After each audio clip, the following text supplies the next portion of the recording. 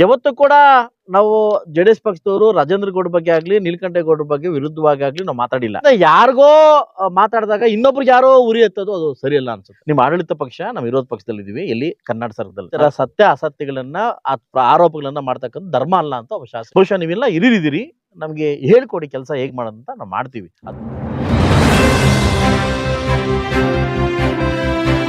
ಕೂಡ ಮಾಧ್ಯಮದಲ್ಲಿ ನಾನು ಕೇಳ್ಪಟ್ಟೆ ಏನಂತಂದ್ರೆ ಈ ಆಣೆ ಪ್ರಮಾಣಗಳು ಮತ್ತೆ ಕೇಳ್ಪಟ್ಟೆ, ಆರೋಪಗಳು ಪ್ರತ್ಯಾರೋಪಗಳು ಕೇಳ್ಪಟ್ಟೆ.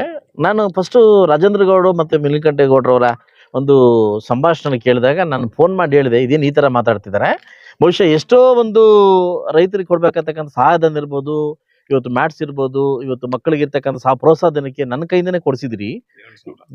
ಸುಮಾರು ಸರಿ ನನಗೆ ಕೊಡಿಸಿದಿರಿ, ಸುಮಾರು ಡೈರಿಗಳು ಇನಾಗ್ರೇಷನ್ ನನ್ನ ಕೈಯಿಂದ ಮಾಡಿಸಿದಿರಿ. ಇದು ಸ್ವಲ್ಪ ನೀವೇ ಇದಕ್ಕೆ ಕ್ಲಾರಿಫಿಕೇಶನ್ ಕೊಡಿ ಅಂತ ಕೂಡ ನಾನು ಹೇಳಿದೆ. ಸೊ ಆಮೇಲೆ ಅವರು ಸತ್ಯನ ಹೇಳಿದ್ದಾರೆ, ಅವರು ಅದು ಹೇಳಿದ್ದಾರೆ.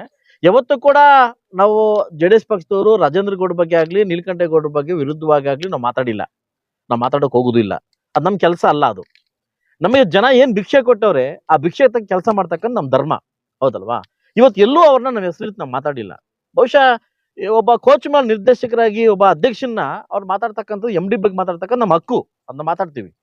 ಒಬ್ಬ ಅಧಿಕಾರಿನ ಮಾತಾಡ್ತಕ್ಕಂಥದ್ದು ಪ್ರಜಾಪ್ರಭುತ್ವ ನಮ್ಗೆ ಕೊಟ್ಟವ್ರೆ, ನಾನು ಮಾತಾಡ್ತೀನಿ, ಮಾತಾಡಬೇಕು, ನಾವು ಮಾತಾಡ್ತೀವಿ, ಆಯ್ತಲ್ವಾ? ಸೊ ಅದರಿಂದ ಯಾರಿಗೋ ಮಾತಾಡಿದಾಗ ಇನ್ನೊಬ್ರಿಗೆ ಯಾರೋ ಉರಿ ಎತ್ತೋದು ಅದು ಸರಿಯಲ್ಲ ಅನ್ಸುತ್ತೆ, ಹೌದಲ್ವಾ? ಇವತ್ತು ಕ್ಲಾರಿಟಿ ಕೊಟ್ಟಿದ್ದಾರೆ, ಬನ್ನಿ ದೇವಸ್ಥಾನಕ್ಕಂತ ಕ್ಲಾರಿಟಿ ಕೊಟ್ಟಿದ್ದಾರೆ, ಹೌದಲ್ವಾ? ಬಹುಶಃ ನಾವೆಲ್ಲರೂ ಸೇರಿ, ನೀವು ನಾವು ಎಲ್ಲ ಸೇರಿ, ನಮ್ಮ ಹಕ್ಕು ಏನು ಅಂತಂದ್ರೆ, ನಿಮ್ಮ ಆಡಳಿತ ಪಕ್ಷ ನಾವು ವಿರೋಧ ಪಕ್ಷದಲ್ಲಿ ಇದೀವಿ, ಎಲ್ಲಿ ಕರ್ನಾಟಕ ಸರ್ಕಾರದಲ್ಲಿ ನಾವೆಲ್ಲ ಸೇರಿ ಮುಳಬಾಗಿಲು ತಾಲೂಕಿನ ಸರ್ವತೋಮುಖ ಅಭಿವೃದ್ಧಿ ಕೆಲಸ ಮಾಡ್ಬೇಕು ಹೊರತು ನಾವು ಈ ತರ ಸತ್ಯ ಅಸತ್ಯಗಳನ್ನ ಆರೋಪಗಳನ್ನ ಮಾಡ್ತಕ್ಕಂಥ ಧರ್ಮ ಅಲ್ಲ ಅಂತ ಒಬ್ಬ ಶಾಸಕನಾಗಿ ಹೇಳಲಿಕ್ಕೆ ಇಷ್ಟಪಡ್ತೀನಿ. ಓಕೆ, ಇಷ್ಟೇ ಹೇಳಲಿಕ್ಕೆ ಇಷ್ಟಪಡ್ತೀನಿ. ನಾವೆಲ್ಲ ಸೇರಿ ಮುಳಬಾಗಿಲು ತಾಲೂಕಿನ ಸರ್ವತೋಮುಖ ಅಭಿವೃದ್ಧಿಗೆ ನಾವು ಕೆಲಸ ಮಾಡೋಣ. ಬಹುಶಃ ನೀವೆಲ್ಲ ಹಿರಿದಿರಿ, ನಮ್ಗೆ ಹೇಳ್ಕೊಡಿ ಕೆಲಸ ಹೇಗ್ ಮಾಡೋದಂತ ನಾವು ಮಾಡ್ತೀವಿ. ಅದು ಬಿಟ್ಬಿಟ್ಟು ನೀನ್ ಸರಿ ಇಲ್ಲ, ನಾನ್ ಸರಿ ಇಲ್ಲ, ನಾನು ಆ ಕಡೆ ನೋಡಿದಾಗ ಎಲ್ಲರೂ ಸರಿ ಇಲ್ಲ.